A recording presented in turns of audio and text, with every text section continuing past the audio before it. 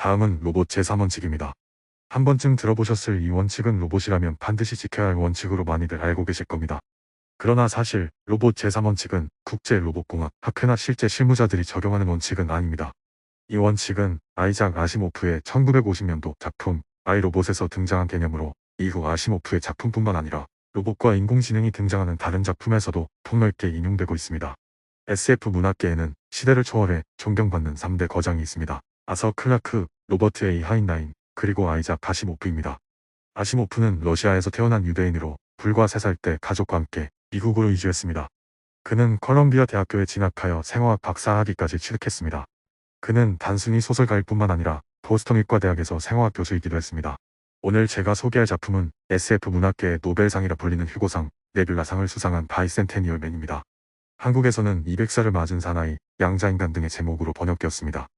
해당 작품은 1999년에 나올 롯집의 해리포터로 유명한 크리스 콜럼버스 감독에 의해 영화화되었습니다. 소설의 주인공 앤드류는 과학기술위원회 의장을 맡고 있는 한 의원의 가정용 로봇으로 등장합니다. 가족들은 그를 도구로 대하지 않고 존중하며 앤드류도 원칙에 입각하여 가족들을 돕습니다. 큰 아씨의 생일날 선물이 부러웠던 작은 아씨는 앤드류에게 나무를 조각하여 선물을 만들어 달라고 부탁합니다. 가정용 로봇이기에 간단한 조각만 가능하도록 설계되어 있었지만 앤드류는 훌륭한 조각 작품을 만들어냈고 이는 가족들을 놀라게 만들었습니다.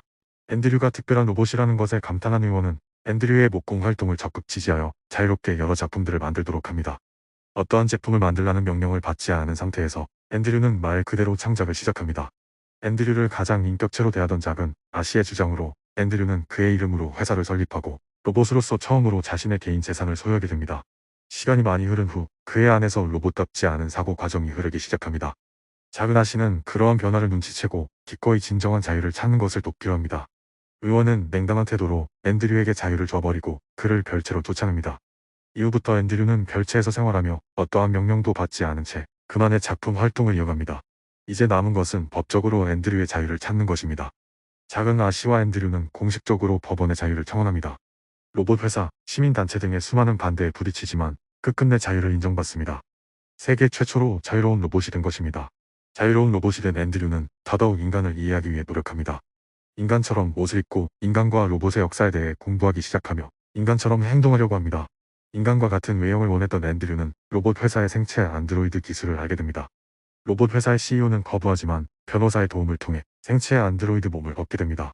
더욱 인간과 비슷한 신체를 가지기 위해 앤드류는 인간의 신체와 로봇 공학을 연구하기 시작하고 인공장기 기술을 개발해냅니다. 그리고 그의 기술을 인간에게 제공하였고 그로 인해 인류에게도 큰 도움이 됩니다. 그럼에도 불구하고 앤드류가 인간이 된 것은 아니었습니다. 앤드류는 인간으로 인정받기 위해 정식으로 청원하지만 실패합니다. 이유는 그의 불멸성에 있었고 그는 인간으로 인정받기 위해 수명을 200살로 결정한 뒤 자신의 신체를 노인처럼 변경합니다. 그의 나이가 정확히 200살이 되는 날 앤드류는 불멸성이 아닌 그의 필멸성을 입증하며 눈을 감습니다.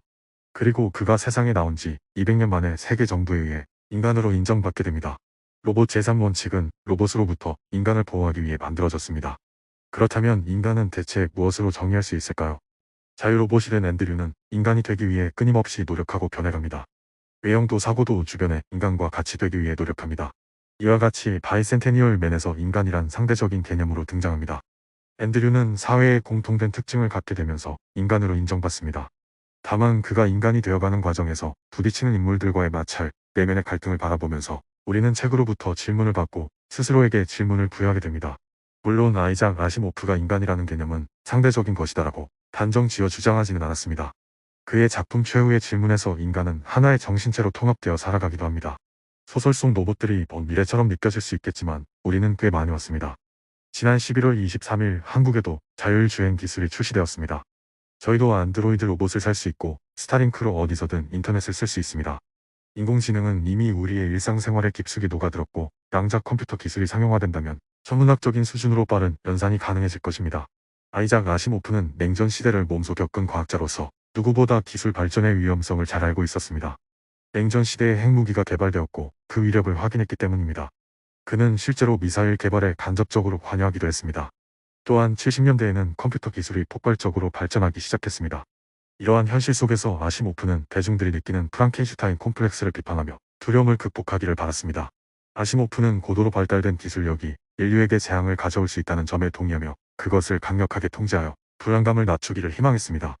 로봇 제3원칙도 그러한 바탕에서 탄생한 원칙이며 바이센테니얼맨에서도 강력한 중앙 통제를 통해 로봇의 위험성을 조절합니다. 그는 대립이 종식되기를 염원했고 단일화되어 세계 정부가 다스리는 평화로운 지구를 작중에 등장시켜 전쟁과 대립을 종식시킵니다.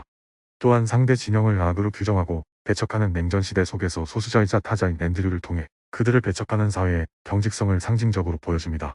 오늘날 우리도 AI 기술에 대한 막연한 불안과 두려움을 느낍니다. 어쩌면 소설 속 앤드류를 향한 거부감을 느끼고 있을지도 모릅니다. 하지만 아시모프의 희망은 명확했습니다.